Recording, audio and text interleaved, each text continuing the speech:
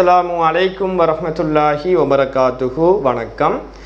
நாம் இறுதியாக தரமேலு மாணவர்களுக்கு செகண்ட் டேர்மில் இடம்பெற்ற பார்ட் 2 கேள்வி வழங்கப்பட்டது. அந்த பார்ட் 2விற்கான விளக்கம்தான் இப்போது தரப்பட உள்ளது.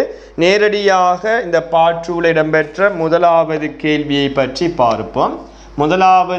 முதலாவது கேள்வி, 1 கிலோகிராம் பருப்பின் விலை ரூ.X என்று சொல்லப்படுது.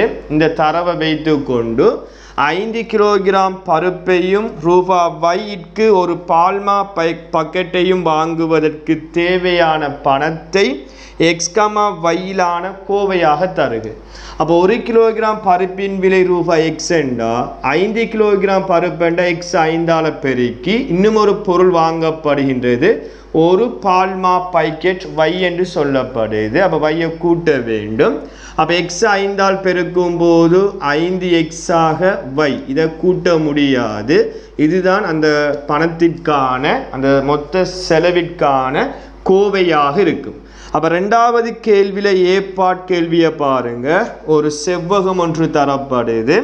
அந்த செவ்வகத்தினுடைய அகலம் X ஆக 3, நீளம் X ஆக 5 என்று சொல்லப்படுது. முதலாவது கேள்வி, செவ்வகத்தினுடைய சுற்றளவு C என்று போகிறேன் 76 சென்டிமீட்டர் என்றா சுற்றளவுக்கான கோவையை Xின் சார்பில் தருக என்று ஃபர்ஸ்ட் கேள்வி கேட்கப்படுது.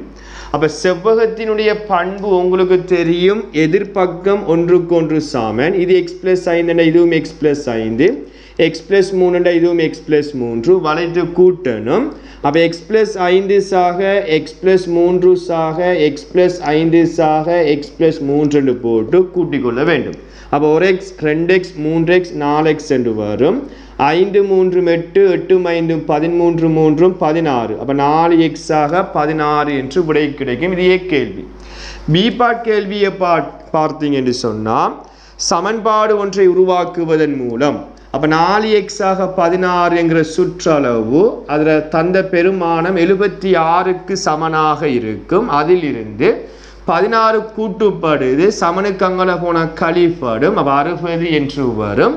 4 பெருக்குப்படுது, அங்கே போனால் பிரிப்படும். அப்போ 60 4ஆல் வகுக்கும் போது Xின் பெருமானம் 15 சென்டிமீட்டர் என்று கிடைக்கும்.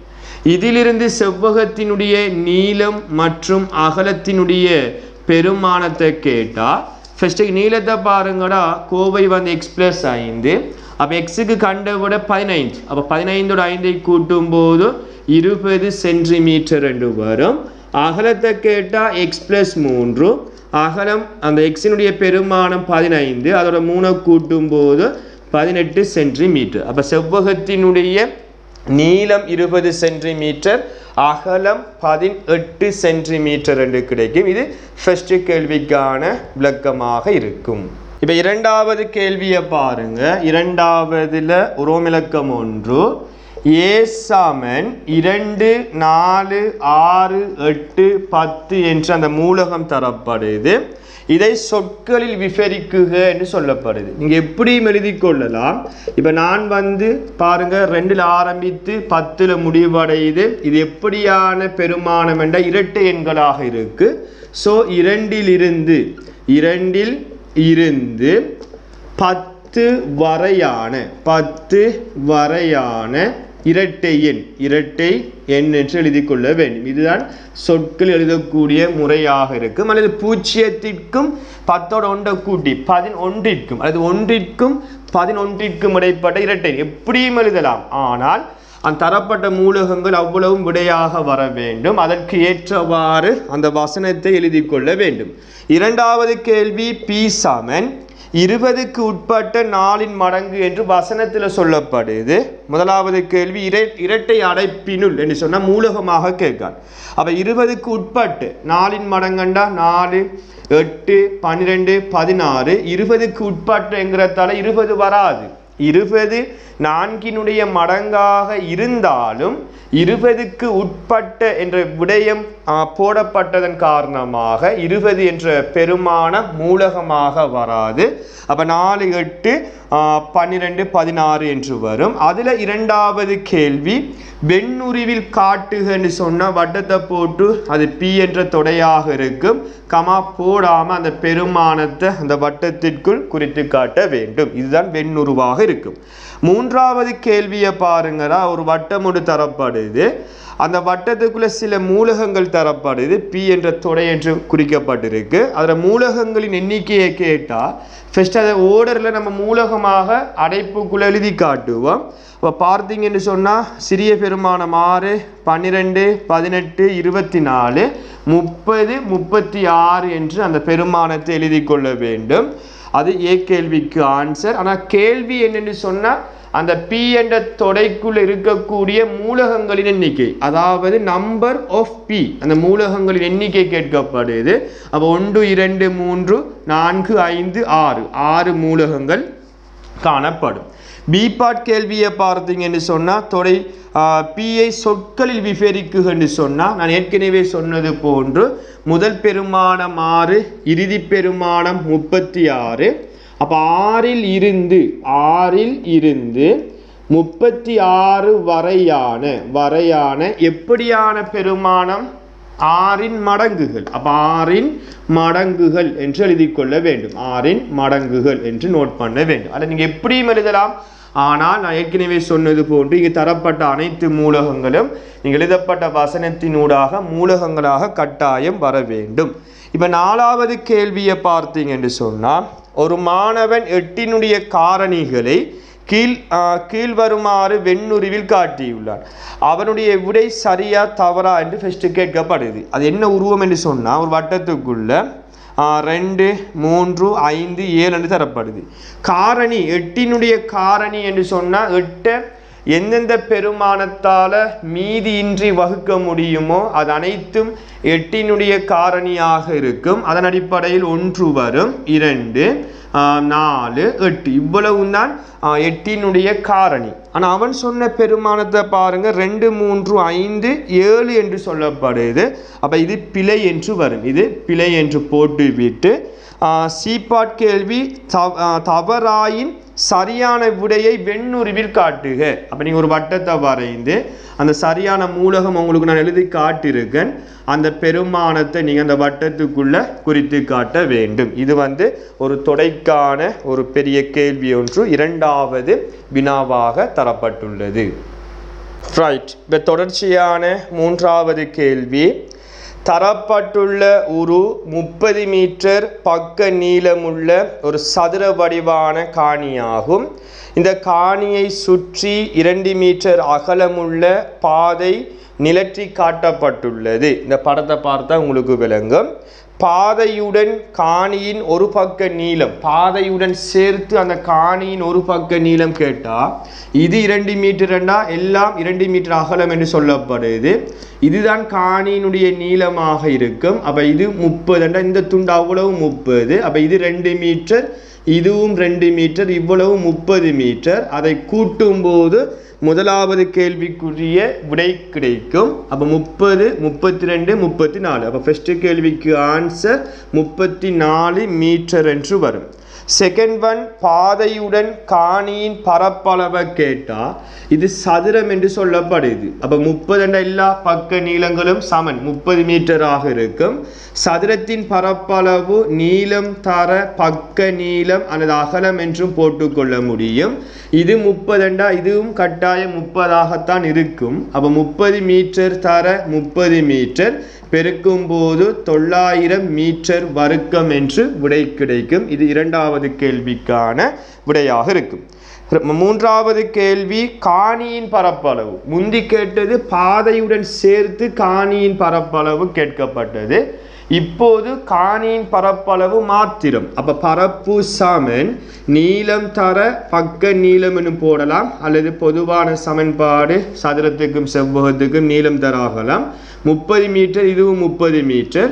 30 மீட்டரை 30 மீட்டரால் பெருக்கும் போது மன்னிக்கவும் செகண்ட் வந்து 34 மீட்டர்ண்ணே 34 மீட்டர் இதுவும் 34 மீட்டர் அப்போ 34 பெருக்கக்கோல 13 12 ஒன்று மிச்சம் 10 கூட்டினீங்கன்னா 6 5 1 1 அப்போ 1156 மீட்டர் வர்க்கம் என்று வரும்.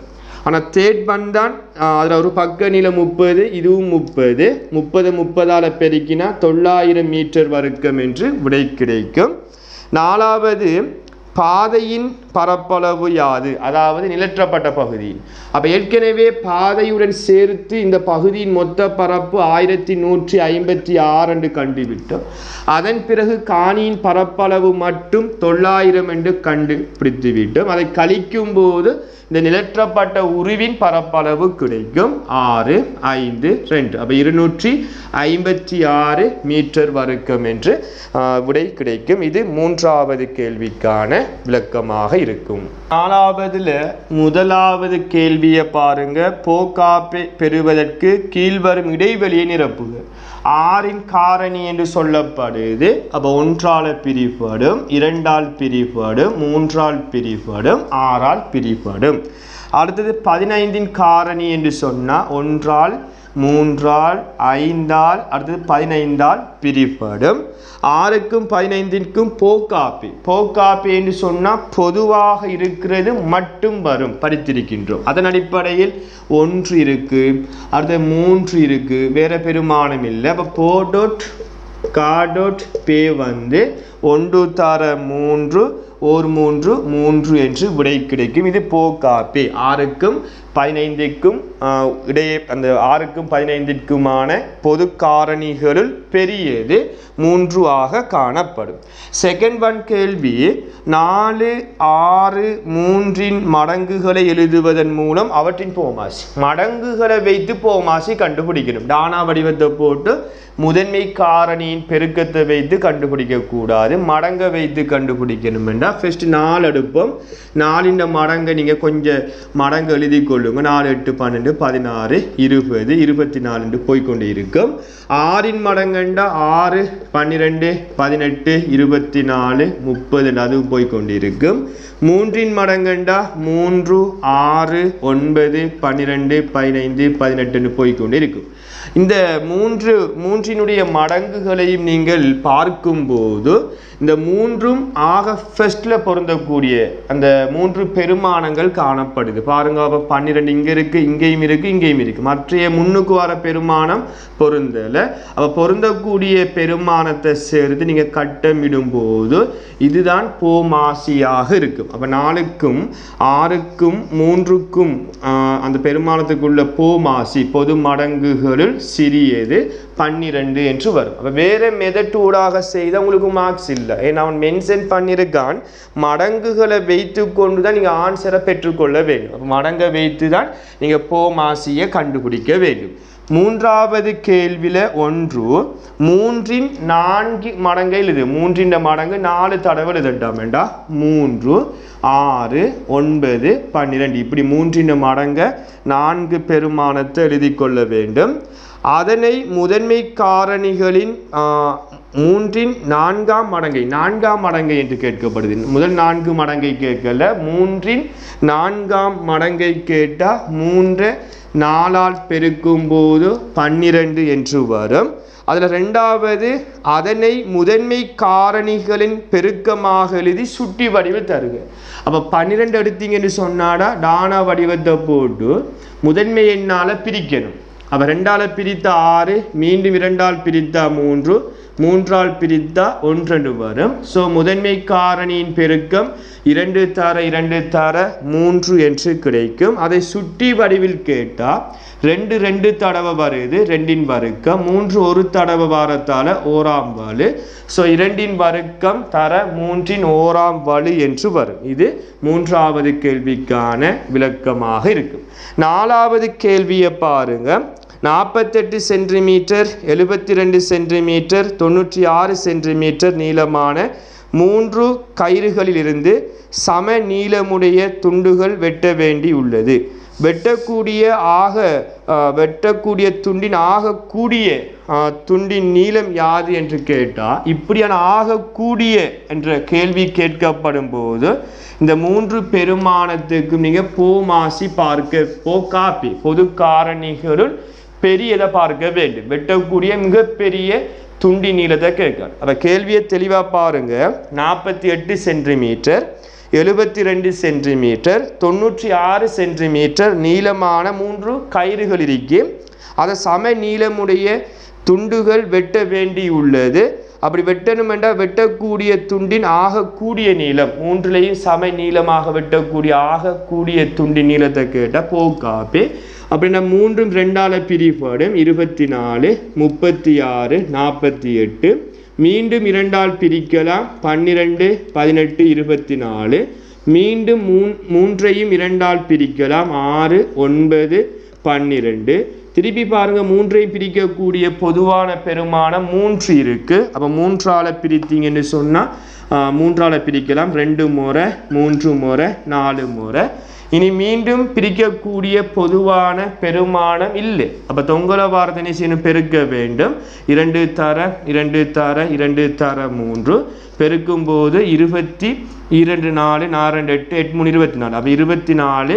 அதனுடைய அழகை பார்த்தீங்கன்னு சொன்னால் என்ன அழகு சொல்லப்படுது? சென்டிமீட்டர். அப்போ 24 சென்டிமீட்டர். அப்போ 3 கயிற்று துண்டங்களிலும் இருந்து சம நீளமாக வெட்டக்கூடிய ஆகக்கூடிய துண்டினுடைய நீளம் 24 சென்டிமீட்டராக இருக்கு. அப்போ ஆகக்கூடிய அந்த கேள்வி கேட்பதனால அந்த 3 பெருமானத்துக்கும் நீங்கள் காப்பி பொது காரணிகளுள் பெரியதை பார்க்க வேண்டும். அப்போ இன்றைய நாள் வகுப்பில் முதல் 4 கேள்வியும் உங்களுக்கு எக்ஸ்பிளைன் பண்ணியிருக்கேன். இன்ஷா அல்லாஹ் அடுத்த வகுப்பில் அந்த மீதி பகுதிக்குரிய வினா உங்களுக்கு காணொளி ஊடாக அல்லது டைப் பண்ணி உங்களுக்கு அந்த எழுத்தின் ஊடாக உங்களுக்கு அந்த விடைகளை குழுமத்தின் ஊடாக சென்ட் பண்ணி வாய்ஸ் கட் ஊடாக சில நேரம் உங்களுக்கு அந்த சந்தர்ப்பம் கிடைக்காவிட்டால் அந்த மீதி பகுதிக்குரிய கேள்வி எக்ஸ்பிளைன் பண்ணப்படும் என்பதை தெரிவித்துக் கொண்டு விடைபெறுகின்றேன். நன்றி, வணக்கம்.